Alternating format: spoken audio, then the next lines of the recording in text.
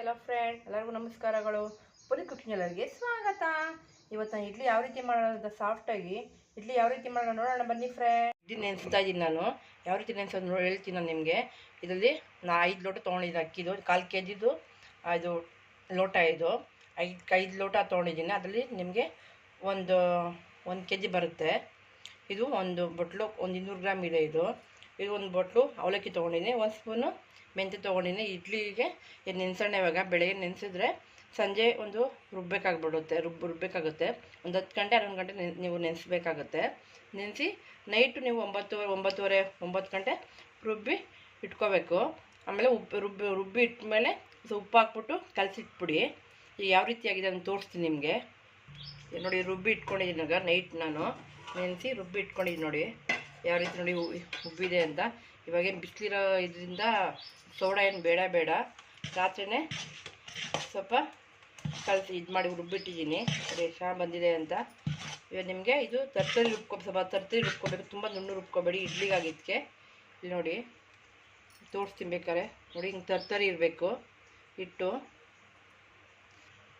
ಇಡ್ಲಿ ಇದಕ್ಕೆ ಮಾಡೋಣ. ಯಾವ ರೀತಿ ಮಾಡ್ತೀನಿ ಅಂತ ತೋರಿಸ್ತೀನಿ. ಇಡ್ಲಿದು ಇದನ್ನು ತೊಗೊಂಡಿದ್ದೀನಿ, ಪ್ಲೇಟ್ ತೊಗೊಂಡಿದ್ದೀನಿ. ಇದಕ್ಕೆಲ್ಲ ಎಣ್ಣೆ ಸೋರ್ಕೋಬೇಕು. ಎಣ್ಣೆ ನೀಟಾಗಿ ಸೋರ್ಕೊಳ್ಳಿ. ಇಡ್ಲಿನ ಹಾಕಿ ಮಿಕ್ಸ್ ಮಾಡಿಬಿಟ್ಟು ನೀಟಾಗಿ ನಿಮಗೆ ಇಷ್ಟು ಹಾಕಿ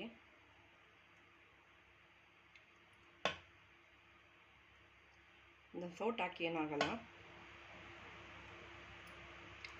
ಈಗ ಇಡ್ಲಿ ಕುಕ್ಕರು ಇಟ್ಟಿದ್ದೀನಿ ಗ್ಯಾಸ್ ಮೇಲೆ. ಈ ರೀತಿ ಇಟ್ಕೊಳ್ಳಿ. ಪ್ಲೇಟು ಆ ಥರ ಮಾಡ್ಕೊತೀನಿ. ನೋಡಿ ಇವಾಗ ಈ ಪ್ಲೇಟ್ ಇಕ್ತಾಯಿದ್ದೀನಿ. ಇವಾಗ ಒಂದು 1/4 ಅವರ್, ಒಂದು 10 ನಿಮಿಷ 1/4 ಅವರ್ ಚೆನ್ನಾಗಿ ಬೇಯಲಿ.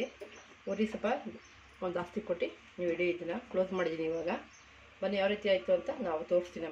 ನೋಡಿ ಇದು ಆಗಿದೆ ಇವಾಗ ಇಡ್ಲಿ. ನೋಡಿ ಇಡ್ಲಿ ಬೆಂದಿದೆ ಇದು. ಈಗ ಇದನ್ನು ತೆಗಿಯೋಣ. ನೋಡಿ ಇದಾಗಿದೆ. ಇದು ನೋಡಿ ಅಂಟ್ತಾ ಇಲ್ಲ. ಇವಾಗ ಆಗಿದೆ. ಇದು ತೆಗಿಯೋಣ ಇವಾಗ ಇಡ್ಲಿನ. ಓಪನ್ ಮಾಡೋಣ. ಇವಾಗ ನೀಟಾಗಿ ಈ ಥರ ಎಡ್ಜಸ್ಸಲ್ಲಿ ಬಿಡಿಸ್ಕೊಳ್ಳಿ. ನೋಡಿ ಎಷ್ಟು ಸಾಫ್ಟಾಗಿ ಬಂದಿದೆ ಅಂತ.